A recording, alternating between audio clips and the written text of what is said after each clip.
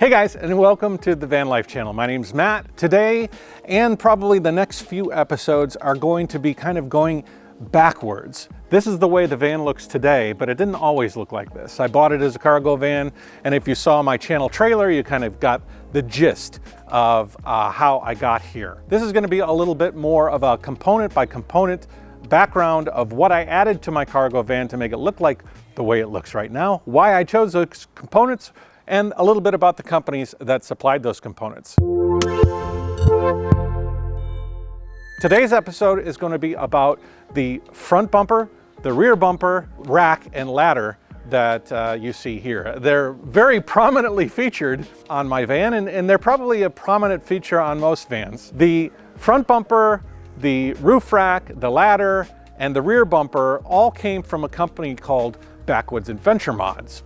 I first met Backwoods Adventure Mods at the Overland Expo, and I met the owner of the company, or the partner owner of the company. His name is Ty.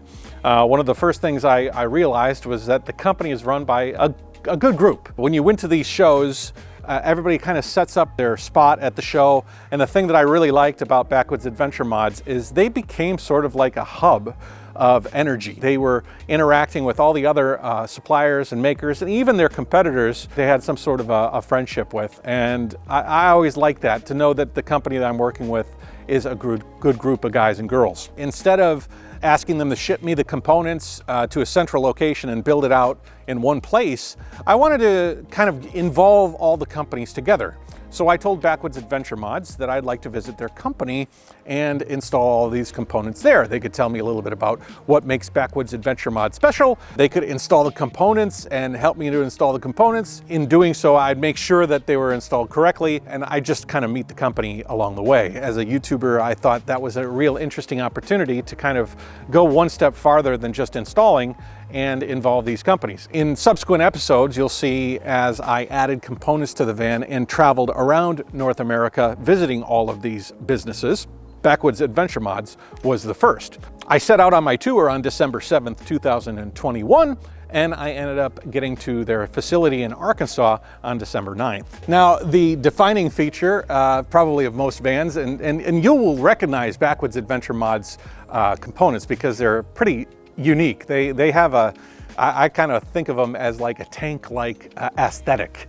They're very kind of sharp-edged, but they're molded around, obviously, to fit over the front end of your vehicle or the roof rack or the back bumper, but they are rugged. And they are rugged, but they're not necessarily as heavy as you might think. They're made with an aluminum material, and they're designed in such a way to enhance rigidity, but also without sacrificing the lightness. I got a worn winch that is behind this bumper that is right here, and they're also affiliated with Pathfinder lighting. So I've got a nice bar here, the two fog lights in the front on either side, and then one extra long Pathfinder bar up on the rack. The bumper took a little bit of tweaking. We had to take out the original bumper, which was a lot of plastic and reinforced metal behind it. All of that came off, and then the new bumper just sort of slides in.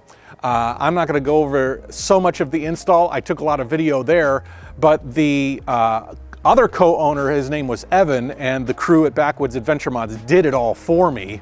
And so I was just sort of shadowing them and looking at them as they sort of rock and rolled this thing. We didn't have a lot of time to actually do an in-depth install video. I'm sure that you can find some different install guides for the Backwoods Adventure Mods products online. This isn't necessarily one. This is just an overall review of the components that I added and sort of why I added them. The bull bar is an additive. You can get just the standard bumper, or you can get the bull bar. I got the bull bar. The front bumper actually has all of the sensors that kind of port over from the old bumper into the new bumper. So I have the front avoidance, the accident avoidance sensor that's right here, that's in this panel. And they actually cut out this area out of the aluminum and inserted like a plastic or a composite material here so that the sensors aren't blocked. And then you have obviously your other sensors throughout the bumper system. And this bumper was designed specifically for the Ford Transit in 2020, which is my model. I don't want to be so focused on vanity, but a lot of times when you get a bumper like this, it turns a lot of heads. And it has done so. I've driven this van with the bumpers and the roof rack for a year now. Every time I'm on the road, I get looks, I get thumbs up, I get people who appreciate the styling and the design of the Backwoods Adventure Mods components, as well as all the other components I installed on the van. Another note, if you do think like this thing's gonna be heavy, I can actually lift this thing up with a fairly minimal amount of strain. So you can lift this whole front bumper up and it's not too heavy. It's pretty incredible that they can kind of get this design, get the styling, get the safety functionality and the impact resistance for this monster bumper, but still have it in a way that you can kind of lift it up and move it around and maneuver it. Now on the rear bumper, it's a little bit more minimalistic. It's not as hefty as the front bumper. Again, all the sensors poured on through. I have the Pathfinder lightings as well, which turn on as my back white lights when I do the reversing. As of now, they don't make door storage units or that multi-purpose door framework for this Ford Transit, but I'm told that they will, and when they do, I'm gonna have a storage case, the tire rack, and then a unique functional bike rack that will store my unique three-wheeled recumbent trike that I will take with me on my journeys around the world. Now, in my opinion, the claim to fame on most van builds and specifically Backwoods Adventure Mods is the ladder and roof rack. It's a aesthetic choice and also a functional choice. Some people load their roof with air conditioner units and solar panels, and so the deck on the top isn't such a big deal. But you still need to mount a lot of those things, especially the solar panels, to a deck. Now, I have a DRIFTR rack, very, very low profile. It has ribs that go across that I actually mounted a piece of fiberglass pultruded decking called Aquagrate from a company called Fibergrate in Texas. I actually contacted them. They make decking material for ports and maybe even like theme parks with water slides and stuff. It's extremely versatile. It's really, really durable. It's fairly lightweight and it's fiberglass, so it doesn't rust over time. And that's mounted to the ribs that go across the framework of the DRIFTR rack. I also have my solar panels that are mounted to the DRIFTR rack as well. The ladder itself is quite unique in the aspect that it's probably one of the most rugged ladders that you're ever gonna find on a Vanlife van. It has teeth on each step that's gonna help grab your feet or your shoes. It's not so uncomfortable to climb barefoot. Sometimes those rounded ladders are a little bit awkward to climb, whereas this, even my 7-year-old daughter, she likes to go up and down this thing. She doesn't have any problems with it. Ladder I mounted here, but you could also mount it on the back. You have a lot of versatility with the locations. Obviously, I have my rear window here that I ended up putting here, so this made the perfect, ideal place for it. A quick note though, positives and negatives to know, is that if you do put a ladder like this on your van and you do have the front bumper like that on your van, you're gonna lose some miles per gallon. It's obviously gonna increase your wind resistance on the road. And I lost, I don't know, a couple miles per gallon just putting on all of these robust, beefy components. I mean, it all depends on what you want to do with your van. Like I said, if you're not intending to use the top deck as a living space, or you're not really going to do so much functionality on the top, you might not need it.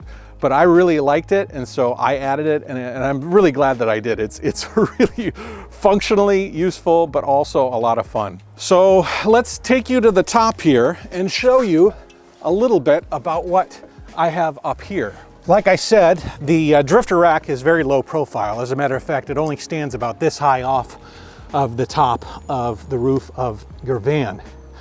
It's versatile in the aspect that you can kind of play with the surface. Like I said, this is a material called Aquagrate, and I installed this on the ribs of the DRIFTR rack. And I also installed my solar panels, as well as the awning from Dometic and the front bar Pathfinder light. It's like totally icy today, and one of the great things about this pultruded decking is the grid on it is really, really strong. It's a little bit icy, but it's not such a big deal. So these are Obsidian solar panels from Zamp. We'll talk about every single one of these components later. Like for example, I visited the Zamp Solar Company in Bend, Oregon. We'll talk about them. I also got the Dometic awning, which is an automatic power awning that is super cool. It's electrically powered. It has no support struts, but it has a lot of sensors on it that will retract if you're in a windy environment or if there's some sort of threat on the awning itself. It's huge, and we'll talk about that later. But yeah, this is the deck, and I really want to use this deck as a living space, which is why Backwoods Adventure Mods appealed to me, because it's not like a utility rack. This is like a living rack, and I've converted it into a living deck, and it's got a lot of real estate because I have the Transit 350 HD, so I've got that extended space. I can put my solar panels, and I also have a nice place to hang out. So here you can see the bar across the top where I have the Pathfinder light, and then the awning here, and then the Max Air fan there as well. One of the cool things about the DRIFTR rack is its railing system that goes across is a lot like that 80/20. So as long as you have those little bolts that slide across, you have a lot of different mounting options. And when the DRIFTR rack is finished like this, it's extremely strong. As far as the ladder goes, it's not very aerodynamic, but the DRIFTR rack is quite aerodynamic. As a matter of fact, the front portion here is steeped and follows the basic angle of the front of the van. And as much as the mileage I might lose from the front bumper, at least I think I don't lose that from the actual rack itself. I think it's pretty streamlined. There's only like 3 components that really go a long way to change the aesthetic of the exterior of your van. One is obviously the front bumper, the rack, and the rear bumper. The other might be the windows, because if you go from cargo van to seemingly passenger van, it's quite a shock. And the third is the tires from BF Goodrich that I added, as well as the Method rims. If you have any questions about them, just put it in the comments section below, or put any of your comments or suggestions in the comments section below. In the next episode, we continue my North American van life industry tour, and we leave Arkansas and we head to Texas, where I have 2 stops there. But the first one that I'll talk about is a company called Mosscoat, which produces a product called Lizard Skin. Lizard Skin is a spray-on thermal barrier and sound deadener that I sprayed on the interior of the van, and I picked it up when I visited the company. So we'll talk a little bit about that in the next episode. The other visit in Houston was a company called Wilson Amplifiers that produces and distributes amplification devices, and they also sell the WeBoost components, which if you looked at the antenna on the back, you can see that. We'll be continuing around on these videos as I kind of bring myself to where we are today. I'm going to go back into the shop and continue the current day stuff, which is sanding and prepping all of the panels for my interior. That is the uppers, the studio cabinet where I'm going to be doing my video studio stuff with all the drawers and all my electronics, the kitchen, and then the podcasting studio J-shaped couch. All of that we'll learn more about later. If you are interested in a more vlog style episode about what happened at Backwoods Adventure Mods, I went out to lunch with the guys.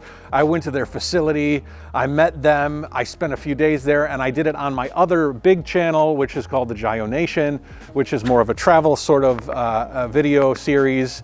And that is where you'll see a lot, like climb up Everest and then exploring Southeast Asia on my recumbent trike and all of that. But you'll also see the day-by-day travels that I took on the van life industry tour as I went to Backwoods Adventure Mods. But I think for this channel, I just wanted to focus specifically on the components that I put on this van on the tour, so that you guys can get an understanding of how I got to where I am today. Again, if you have any questions, let me know, and I hope you enjoy the van life. We'll catch you later. Like, subscribe, share. This is a new channel as of me producing this video. This is the second video on the channel, so I'd really appreciate if you subscribed, hit that notification bell, as all of us YouTubers say, but it really does help to follow along. If you're interested in van content, you're only going to get that here. You're not going to get a lot of the family travel and stuff that's on my other channel. If you like that, you can go to that channel as well.